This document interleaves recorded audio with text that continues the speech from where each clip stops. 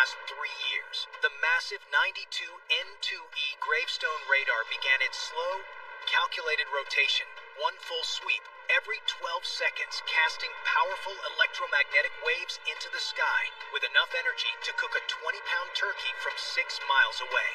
To the crew inside the operations trailer, this was standard.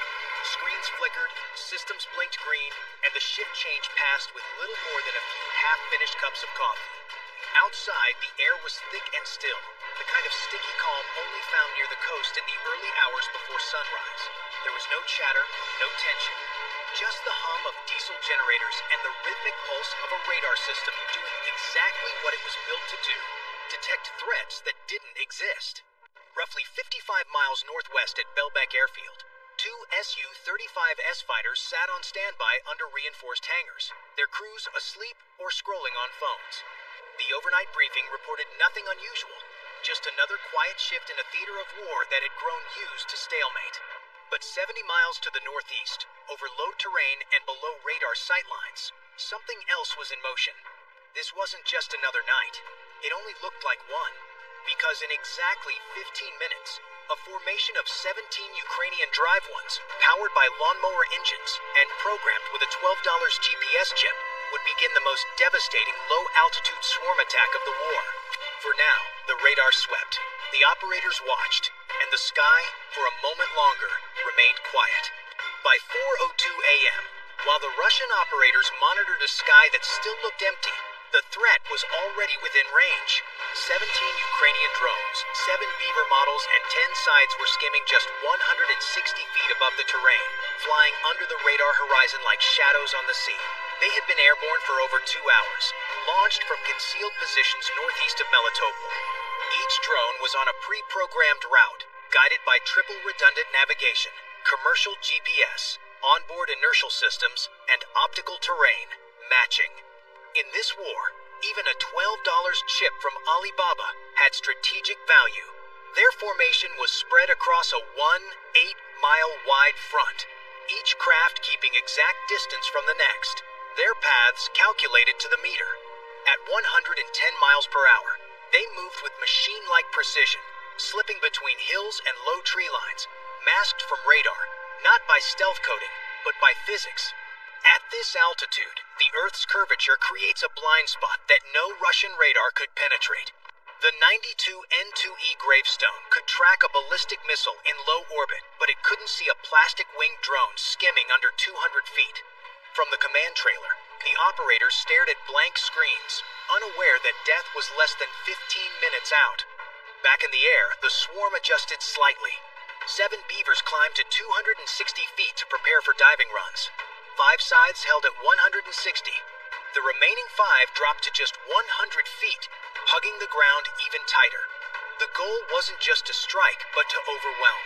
Each drone had a target. Each second was part of a script, and each mile closed the gap between improvised ingenuity and $500 million in Russian hardware.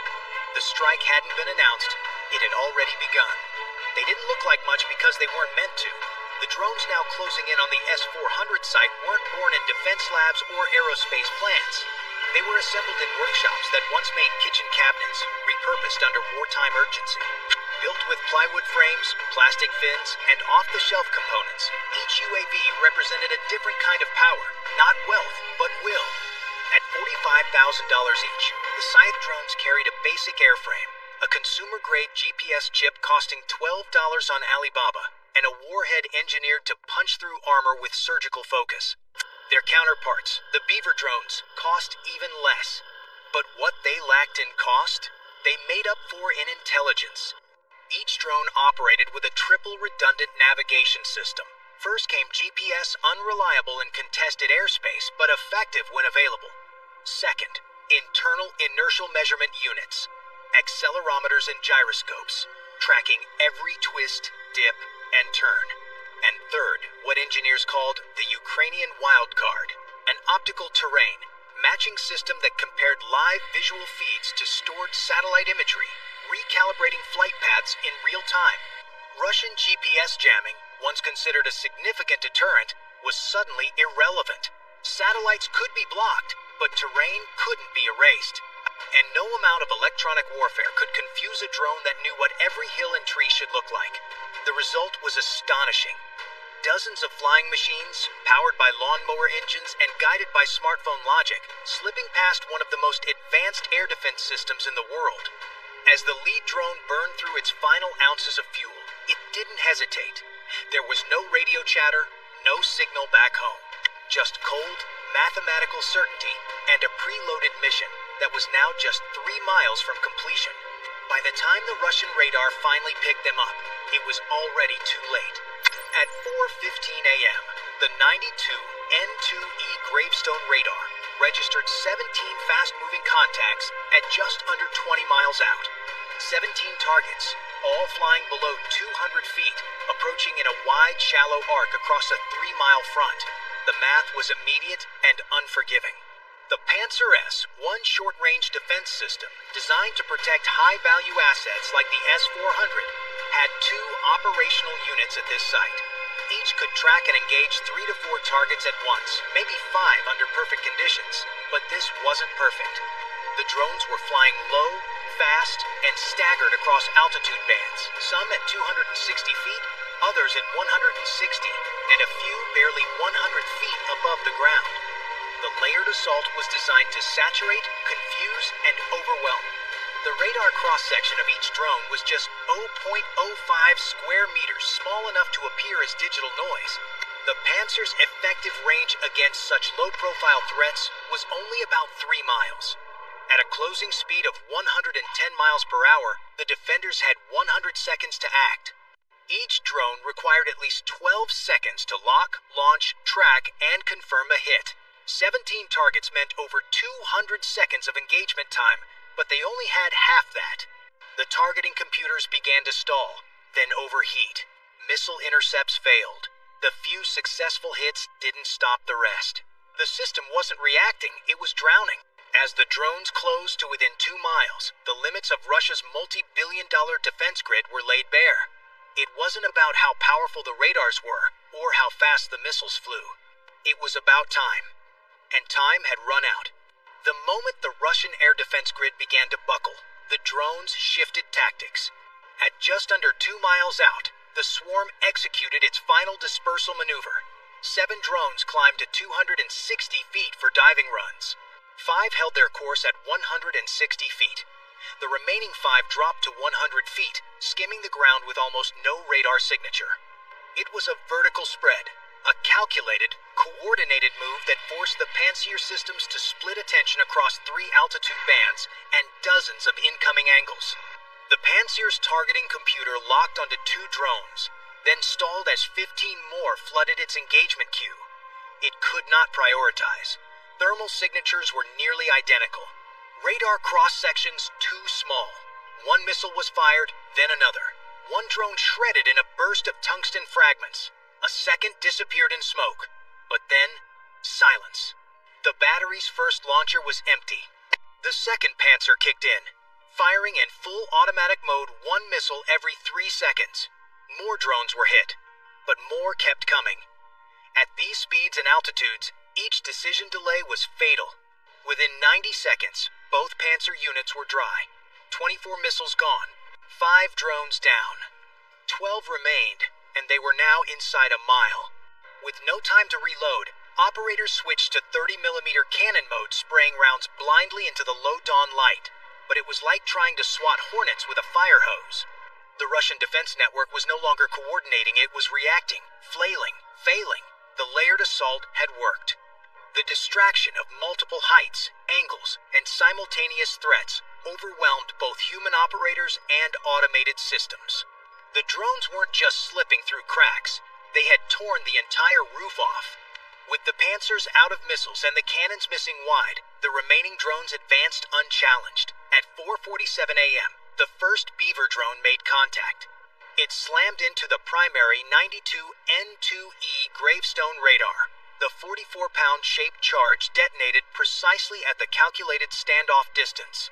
Inside, a 3mm copper liner inverted into a molten jet traveling at 17,000 miles per hour. It punched clean through the radar's waveguide assembly, severed transmitter modules, and exited the rear casing, rendering $50 million of Russian electronics dead in a fraction of a second. 37 seconds later, the backup Gravestone radar took a direct hit from drone number 7, approaching from the opposite direction. The warhead struck the antenna's feed horn, its most fragile point. The blast surged down the waveguide channel like a lightning bolt, frying every circuit in sequence. The two 6-foot-wide radar dish sheared off its mount and crashed into the ground like a falling satellite. At 4:48 a.m., two scythes struck the 91 N6E Big Bird radar on the north end of the battery. Their 70-pound warheads didn't need shaped charges. Pure explosive force ripped through the base of the antenna mast. 7 seconds later, a third drone arrived, hitting the weakened structure dead center.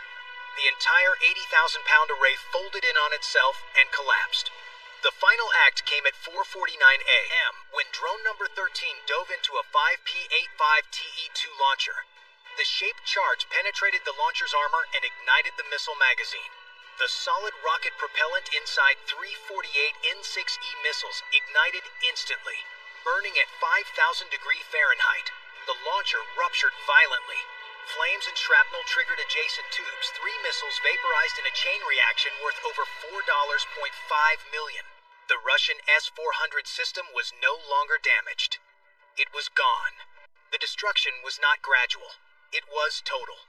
At 4:50 a.m., just 90 seconds after the last drone struck its target, the entire S-400 battery lay in ruins. Both Gravestone radars were destroyed.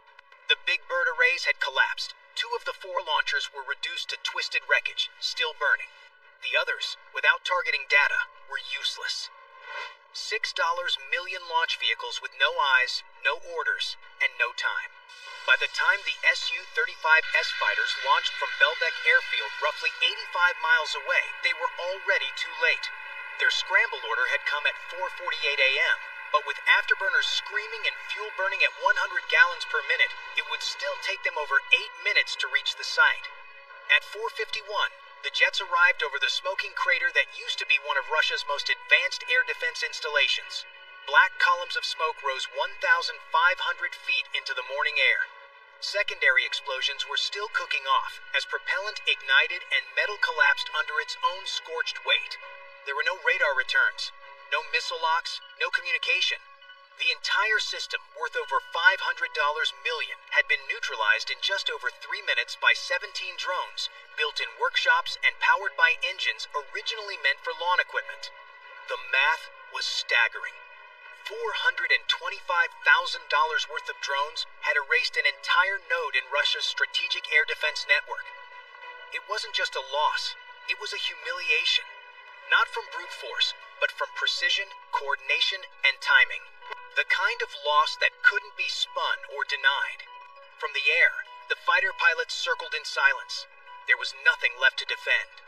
The smoke over western Crimea hadn't cleared, but the message was already written in fire and debris. This wasn't just the destruction of a Russian S-400 battery.